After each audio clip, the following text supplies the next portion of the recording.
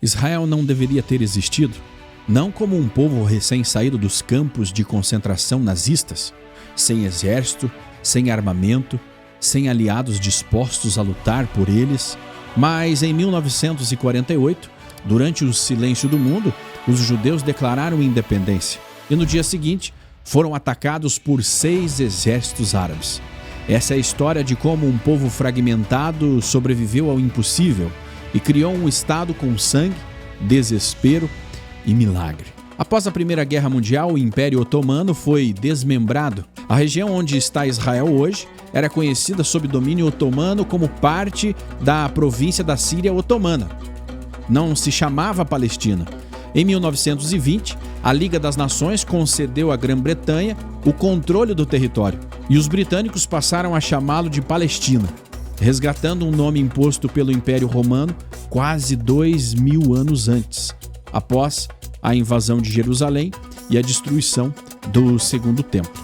Esse mandato britânico abrangia o que hoje é Israel, Jordânia, partes do Iraque e da Arábia Saudita. Nos anos seguintes, milhares de judeus imigraram para essa terra, fugindo das perseguições na Europa. Mas a tensão com os árabes locais só aumentava. Em 1937, os britânicos iniciam estudos para dividir a terra entre judeus e árabes, mas tudo é interrompido com a eclosão da Segunda Guerra Mundial em 1939. Ao final da guerra, a Europa estava em ruínas e o Reino Unido quebrado. A tragédia do Holocausto escancarou ao mundo a urgência de uma pátria para os judeus. Milhares tentavam emigrar para a Palestina, mas os britânicos fechavam as fronteiras. Campos de detenção foram criados até mesmo no Chipre para impedir a entrada dos sobreviventes da Segunda Guerra. A tensão entre judeus e árabes virou guerra civil. E é importante lembrar, até aqui não existia Hamas, nem causa palestina. Existiam judeus e árabes vivendo no mesmo território, que só era chamado de Palestina pelos britânicos como herança da ocupação romana.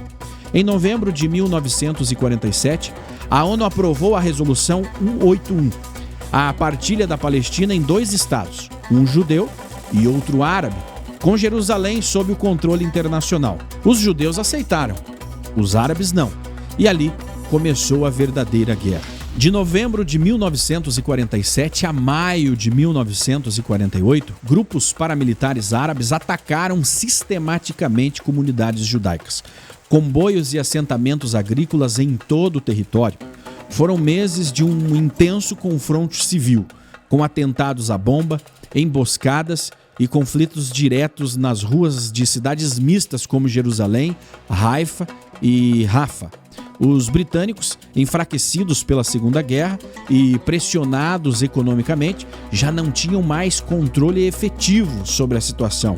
Tentavam apenas garantir sua saída ordenada até o dia 15 de maio de 48, data anunciada para o fim do mandato britânico na Palestina. Nesse contexto caótico e violento, líderes judeus se reuniram para tomar a decisão mais arriscada da sua história recente: declarar a independência, mesmo sabendo que seriam atacados por todos os lados. Davi Ben-Gurion liderou o processo e coordenou a redação final da declaração. No dia 14 de maio de 1948, uma sexta-feira à tarde, ele proclamou oficialmente a criação do Estado de Israel no Museu de Tel Aviv, diante de 250 convidados, convocados naquela mesma manhã. A cerimônia foi transmitida por rádio e terminou com o hino Hatikva, enquanto os exércitos árabes já se preparavam para invadir. O Reino Unido deixaria oficialmente o território no dia seguinte, mas a guerra, como previsto, não esperou. Em 15 de maio de 48, poucas horas antes após o fim oficial do mandato britânico, 7 exércitos árabes lançaram uma invasão coordenada contra o recém-proclamado Estado de Israel. Egito, Jordânia, Síria, Iraque, Líbano, Arábia Saudita e Iêmen cercaram Israel por todos os lados. O objetivo era claro: impedir que o Estado judeu existisse sequer por uma semana. Israel ainda não tinha um exército regular. A Força de Defesa de Israel, a IDF, só seria oficialmente criada em 26 de maio. Até lá, a defesa cabia a milícias como a Haganah, o Irgun e o Lehi, grupos com visões diferentes, mas unidos pelo desespero de sobrevivência. Comandantes improvisados como Moshe Dayan montavam estratégias de urgência enquanto os ataques se intensificavam. A Jordânia ocupava a cidade velha de Jerusalém e Jerusalém Oriental. O Egito avançava pelo deserto do Negev com tanques e bombardeios.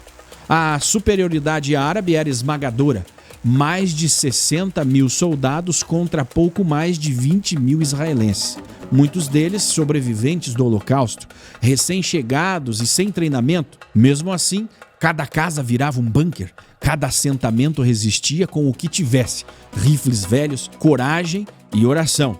Era a luta de Davi contra 7 Golias. Mas Davi agora tinha suas terras e nenhum lugar para recuar. A Força Aérea de Israel nasce literalmente do improviso e da urgência de não desaparecer. Lou Lenart, um judeu americano veterano da Segunda Guerra Mundial, se voluntariou para liderar um grupo de pilotos judeus estrangeiros. Muitos deles haviam lutado nas forças aliadas contra os nazistas e agora estavam prontos para defender o sonho de uma nação judaica. Sem apoio das grandes potências, Israel encontrou ajuda na Tchecoslováquia, um dos únicos países dispostos a vender armamento à revelia dos embargos internacionais. Os aviões eram montados com peças recicladas, fuzilagens e motores de aviões utilizados pelos nazistas. Um piloto descreveu: a pior máquina que eu já voei. Mesmo assim, em tempo recorde, 4 desses aviões foram reparados e enviados para Israel. Em 29 de maio de 1948, a primeira missão da Força Aérea de Israel foi lançada contra uma coluna egípcia que marchava para Tel Aviv. E a ação foi caótica. Uma bomba lançada atrás das linhas inimigas, um avião abatido. Mas foi o suficiente para provocar pânico entre os egípcios. Vendo aviões nazistas voando com a estrela de Davi pintada nas asas, os soldados inimigos acreditaram que Israel tinha uma frota inteira. Foi um blefe, mas funcionou e salvou Tel Aviv da destruição certa. A partir de junho de 1948, com a primeira trégua intermediada pela ONU, Israel aproveita o cessar-fogo para se rearmar, reorganizar seu exército e treinar seus combatentes. Durante esse período chegam mais armas da Tchecoslováquia, inclusive tanques leves e aviões adicionais, além de voluntários judeus do exterior, vindos de países como os Estados Unidos, Canadá, África do Sul e Argentina. Muitos desses voluntários eram veteranos da Segunda Guerra Mundial e trouxeram conhecimento técnico e tático que seria decisivo nos meses seguintes. Em outubro, Israel lançou a Operação Yoav para romper o cerco egípcio no sul e garantir acesso ao deserto do Negev. A ofensiva envolveu ataques coordenados por terra e ar, com pesadas batalhas em locais como Beit Hanom e Beersheba. Os egípcios foram forçados a bater em retirada, deixando para trás armas, munições e posições fortificadas. Em dezembro, a Operação Horev tem como objetivo final expulsar o Egito de todo o território israelense. Foi uma campanha ousada, com manobras de cerco e avanço até a fronteira com o Sinai. Israel chegou a ameaçar a cidade egípcia de El Arish, forçando uma resposta internacional para evitar uma guerra regional ainda maior. No norte, Israel combate simultaneamente as forças sírias nas colinas do Golã e as posições libanesas na Galileia. A pressão foi tão intensa que o Líbano foi o primeiro a negociar um cessar-fogo, assinado em maio de 1949. A última operação da guerra foi a Operação Uvda, em março de 1949, cujo objetivo era tomar o controle completo do sul até o Mar Vermelho. Após dias de marcha e confronto em áreas desérticas, soldados israelenses chegaram ao local conhecido hoje como Rash Rash, onde hastearam a bandeira de Israel, num momento simbólico considerando o encerramento da guerra. Esse local daria origem à cidade portuária de Eilat, porta estratégica para o comércio e a segurança marítima de Israel. Com o sul assegurado e o norte estabilizado, os sírios e jordanianos recuaram. A Jordânia mantém a Cisjordânia e Jerusalém Oriental sob o seu domínio, mas Israel consolidava pela primeira vez suas fronteiras de fato. O mapa político do Oriente Médio mudava, e o Estado judeu, contra todas as previsões, sobrevivia e se fortalecia. Quase 10 meses de guerra, mais de 6 mil israelenses mortos, o equivalente a 1% da população da época, um número imenso para um país recém-nascido. Desses, muitos eram jovens recém-chegados da Europa, sobreviventes do Holocausto que mal haviam desembarcado sobre o solo israelense antes de serem convocados para a luta. Do outro lado, cerca de 20 mil mortos árabes, entre soldados e civis, além de centenas de milhares de refugiados que fugiram ou foram forçados a deixar seus lares durante o conflito. As consequências humanitárias foram graves para ambos os lados e deixaram feridas que seguem abertas até os dias de hoje. No campo diplomático, mesmo após a vitória militar, Israel ainda enfrentaria o isolamento político de muitos países árabes e muçulmanos que se recusavam a reconhecer o novo Estado. Mas do ponto de vista territorial, Israel saiu da guerra não apenas vivo, mas muito maior.